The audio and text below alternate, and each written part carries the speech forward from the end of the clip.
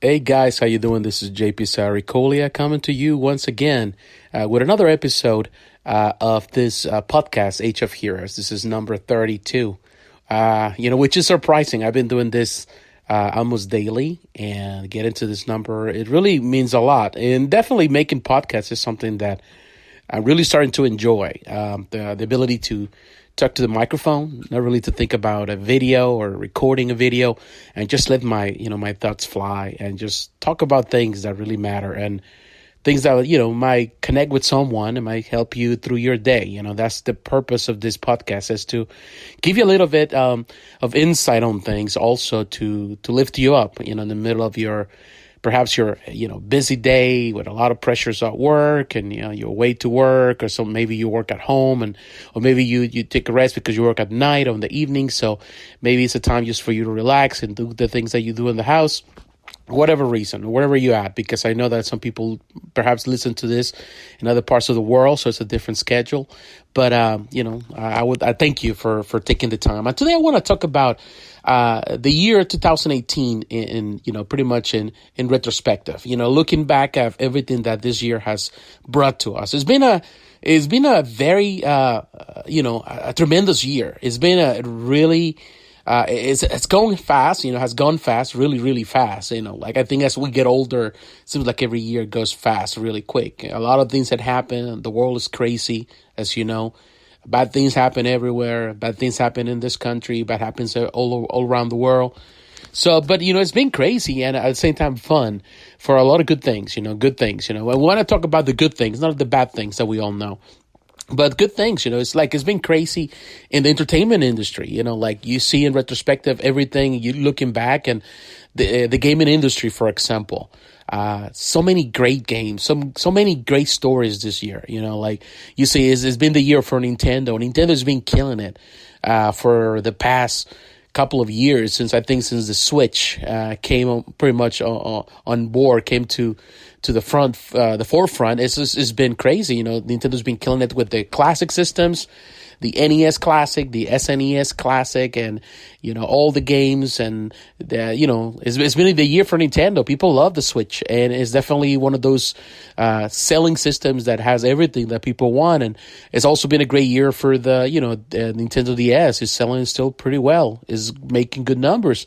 So it's like by now the Wii U is just pretty much a distant memory. Nobody remembers that.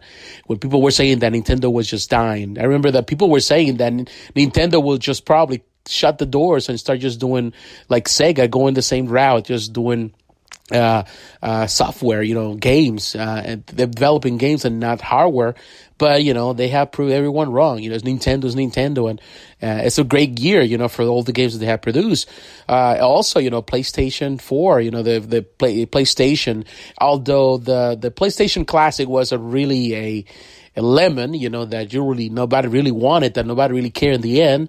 It was a big failure. I think the PlayStation still is a powerhouse with everything that, they still selling well. They still producing more than any time else. They have produced more PlayStation 4 now, more than PlayStation 3s. So it's just phenomenal. If I think I have the numbers right, I might be wrong, but it just is, they are at the forefront. They're the biggest sellers. They control the market. They're the big dog. So, PlayStation is doing that, and games, there have been so many games. And even though Xbox has kind of stayed distant for a lot of things, Xbox has done a lot of great things. This has been the year of the backward compatibility. They've been pumping so many backward compatible games. So technically Xbox has come from the back end almost to the forefront, if you want to have a complete system that is, that you can play a lot of backward compatible games from the Xbox era to the Xbox 360 to the Xbox One now, definitely is the best. And you have the best graphics, now with the Xbox One X. So it's been a great year for Xbox too, and mostly they've been investing a lot of money into the future. So I believe that Xbox has a big plans for the future, in the ways that they want to attack the the industry. So it's been, in retrospective, it's been a great year for gaming. So many great games. You had Spider-Man game. You had, of course, Red Dead Redemption 2. You have Tomb Raider, the Shadow Tomb Raider. You have, Assassin's Creed, or, the Assassin's Creed, the Odyssey. So many, it's like you can count. It's hard to kind of remember. I don't have a list in front of me, so I can't really tell you how many games. But of course, you got Battlefield 5 that is struggling with sales, but still a very powerful, a powerhouse. Of course, Call of Duty 4, really with Blackout, is really revamping and doing a lot of things. I've been playing some of that, Blackout, but not necessarily I'm crazy about that. I've never been crazy about Battle Royale systems. Of course, Fortnite is the biggest killer. You name it. It's just been a year for gamers, tremendously. Games from indie games. This is the market is crazy, and it's nonstop. They're making money and money after money. They're making a lot of money, and it's definitely is a year for gaming. So retrospective is a great year for that, and you're going into comics. Yeah, comics has been a great year. At least, I know a lot of people, are dissatisfied with the way things are, but, some of this, I think would say that there's still a market there. There's still fans that still go and purchase the comic book stories. So there's still, and I think the movies are helping to bring more attention into that. Of course, Disney took over, I think since last year, they took the Star Wars. They've been revamping the whole thing. I was a bit skeptical at the beginning when, of course, they took that from Dark Horse, because I would say that they will completely, close all of that, take all the stories that, the marvelous stories that Dark Horse created.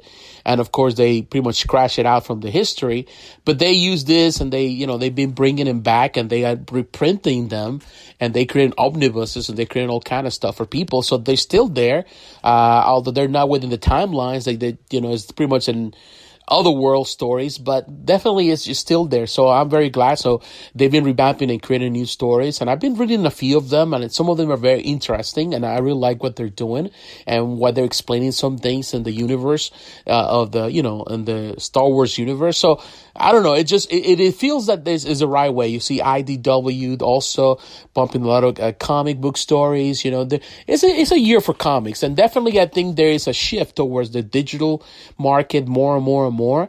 And I think that's what has kept this the comics still alive. Because it has become the biggest way to really sell this product. That it is less costly for the companies, for the publishers. So definitely it's been a phenomenal year in that end. And in movies, what can we say about movies? It's been a great year for any fan, for blockbuster films. We have seen so many good movies this year. It's just fantastic. We have some great movies. Marvel has killing it this year.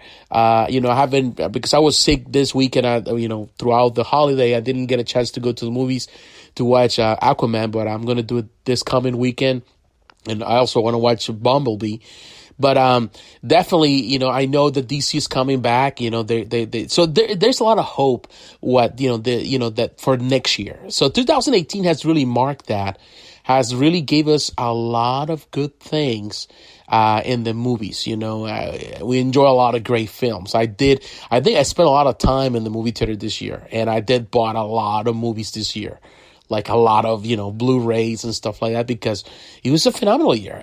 Definitely, and normally this is what I do. I go to the movies. If I like the movie, then to me it's a pre-order. I pre-order the Blu-ray, the 4K. I do the whole combo. I like to do the steel books because I collect the steel books, and I always pre-order. So normally throughout every other year, I normally pre-order maybe 3 or 4 because it depends on the year. But this year, I think it was more than that. Probably like 10 or 12 or more. I don't even know. And plus, I purchase even more. And of course, I've been doing a lot of purchasing, a lot of movies digitally, which I think is more convenient. So it's been a fantastic year for movies. And definitely entertainment-wise, it's been a great year. And it seems that 2019 is going to even be crazier on that end. There's a lot of things that are coming, a lot of games, and we know that there are more games coming. Great games, great franchises, so the gaming industry is still going and growing and growing. Comic books, there's some interesting stories, some things that we want to see exactly what they meant, like Marvel saying that they want to pretty much kill the Marvel universe or whatever the history they have and revamp the whole history. We still don't know exactly what it is. Of course, this year I mentioned about the possibilities of, John Byrne going back to Marvel or working for Marvel again. So there's still the hope that this year will be the year that we'll get to see something. But there's other areas where we can see that there's, some good stories, like some great, I would say glimpses of probably great storytelling and some great story, for Marvel or DC and other people or other, publishers. So we'll see, we always have to keep the hope, hopefully it does. If it doesn't, it doesn't, is the way it is. Movie wise, there will be so many good movies coming our way this year. Like Marvel is continues that growth, and DC is also expanding within other characters, but we also see other things on the horizon. So it's been a phenomenal year, and I think that the next year will be a lot better in that regard.